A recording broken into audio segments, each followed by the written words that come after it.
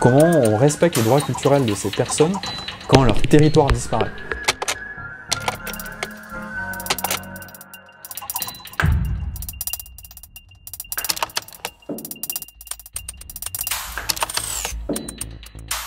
Les crises climatiques et les crises environnementales au sens large, qu'on voyait comme quelque chose qui allait nous tomber dessus, finir par arriver, que les scientifiques nous annonçaient, elles sont là.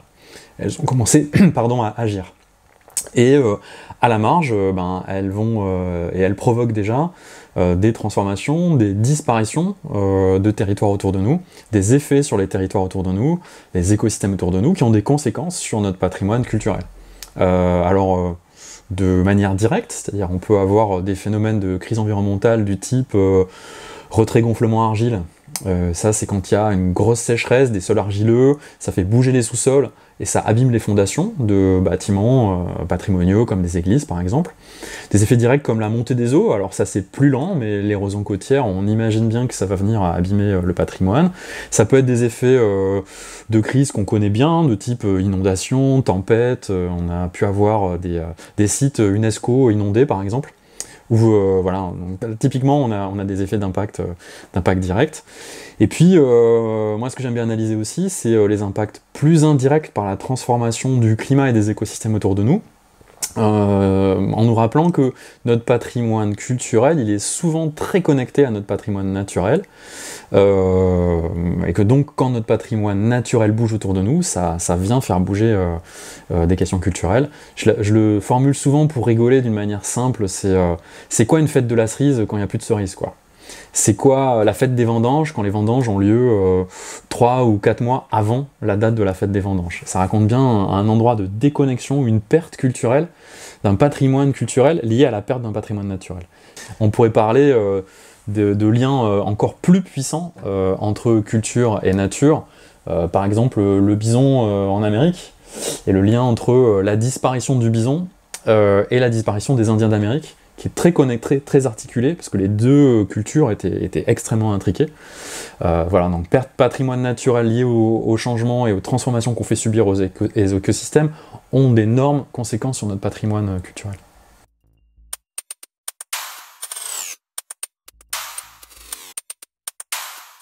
On peut quand même commencer à raconter que, vu les trajectoires d'atténuation du changement climatique qu'on ne suit pas, vu l'arrivée de l'administration Trump par exemple, et vu les données scientifiques qu'on a, c'est plutôt des territoires dont il faut admettre qu'ils sont condamnés. Donc il y a un deuil à faire, c'est plus un risque, c'est le constat d'un deuil à faire. Donc c'est la disparition d'un territoire, ça c'est puissant de se dire qu'on a toute une culture qui a grandi sur ces territoires, la culture tuvaluane, avec sa spécificité, son identité, dont le territoire de naissance coule et est condamné, disparaît. Qu'est-ce que ça veut dire en termes de perte? C'est puissant, énorme. Les implications en termes de droit culturel, par exemple, je pense que ça pose un sujet de droit culturel extrêmement puissant. Et comment on l'adresse? Qu'est-ce qu'on en fait? Comment on respecte les droits culturels de ces personnes quand leur territoire disparaît? Où est-ce qu'on les accueille? Mais si on les accueille ailleurs, du coup, ça peut... voilà, c'est plus la même chose. Voilà. Les implications du point de vue droit culturel et impact culturel sont majeures. Et c'est un peu inédit comme questionnement. Surtout à ces échelles-là, les transformations très lentes à l'échelle de l'humanité, on en a toujours fait. Mais à ces échelles de temps qui sont très courtes, qui sont de l'ordre de la dizaine d'années, voilà, c'est totalement inédit. Alors par exemple, les Tuvaluans ont déjà acheté des terres en Australie, négocié avec le gouvernement australien pour essayer de se délocaliser. Mais comment une culture survit à ça? J'ai pas la réponse, en tout cas ça pose des belles questions, y compris dans le devoir et le travail mémoriel de cette culture.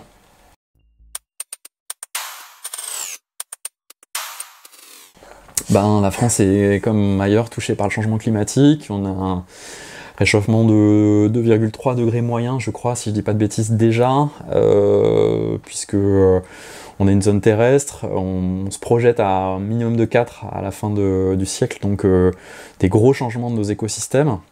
Donc on a les conséquences dont je faisais l'inventaire au début, retrait-gonflement argile, inondation,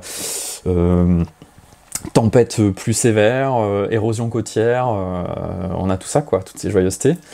On n'en a pas l'inventaire à ma connaissance, donc c'est encore un peu neuf. On a un peu des cas isolés par-ci par-là, mais pas vraiment d'inventaire. Mais oui, on a quelque chose aussi de supplémentaire qui est pas oublier le patrimoine ultramarin. On peut faire le focus sur la Guyane, où quand même globalement la montée des eaux concerne le littoral et la majorité des habitants sont sur le littoral, donc voilà, gros sujet. Et effectivement, en France, on a des territoires beaucoup plus exposés que d'autres. En Nouvelle-Aquitaine, on a quelques territoires exposés. Voilà, dans toutes les zones sableuses, hein, c'est des territoires assez vite exposés. Et moi, chez moi, il y a la Camargue, qui est un territoire auquel je tiens beaucoup, mais dont je commence doucement à faire le deuil. On sait qu'à d'ici fin du siècle, on aura au moins un tiers de la Camargue qui devrait faire l'objet de submersion régulière, donc voilà, être quasiment sous l'eau.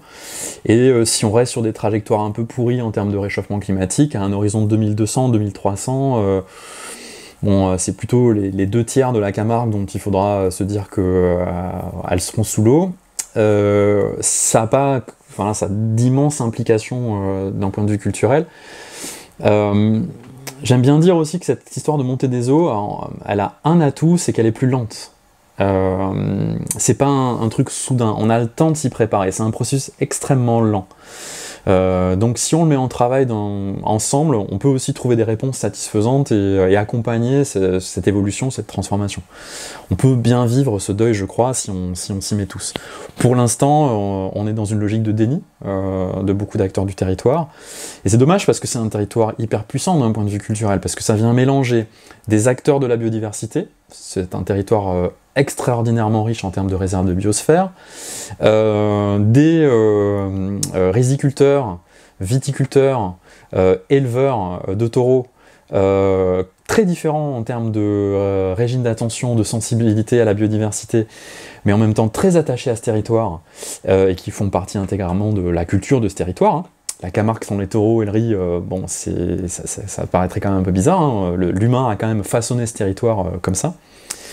Et puis, c'est un des sites de pèlerinage majeurs pour les gitans, quoi, avec les Saintes Maries de la Mer. Et les Saintes Maries de la Mer, je vois pas bien comment on pourra protéger le site à terme. Donc encore une fois, à un horizon lointain, 2100, je ne nous vois pas capable de technologiquement et techniquement résoudre le problème.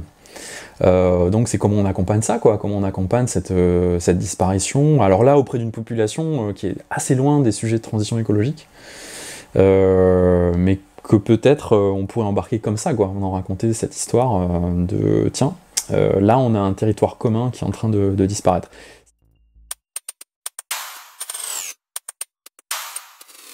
La question de la perte patrimoniale, on en est loin. C'est des étapes à franchir. Pour l'instant, on a franchi l'étape de la prise de conscience de nos impacts, avec le travail d'analyse, la prise de conscience des risques de transition, des risques qu'on a à ne pas changer. Donc ça y est, ça commence à avancer dans la tête des acteurs, et donc on est en mouvement. Mais ce dont on est en train de se parler, là, la projection sur l'ampleur des transformations autour de nous, des transformations patrimoniales et culturelles, ça reste un sujet tout nouveau. C'est la première fois que dans le plan national d'adaptation au changement climatique, on pose cette question. Donc je pense que comme d'habitude, voilà, ça va finir par émerger, mais pour l'instant, non, c'est encore tout neuf, ouais.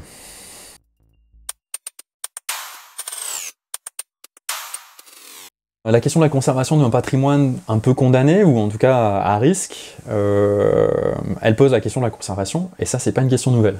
Et elle pose la question d'un clivage entre une vision de la conservation conservatrice et une vision progressiste de la conservation.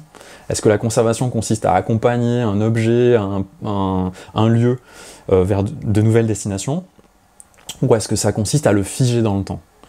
Si on est sur la deuxième posture, on va souffrir. Voilà, on va très mal le vivre.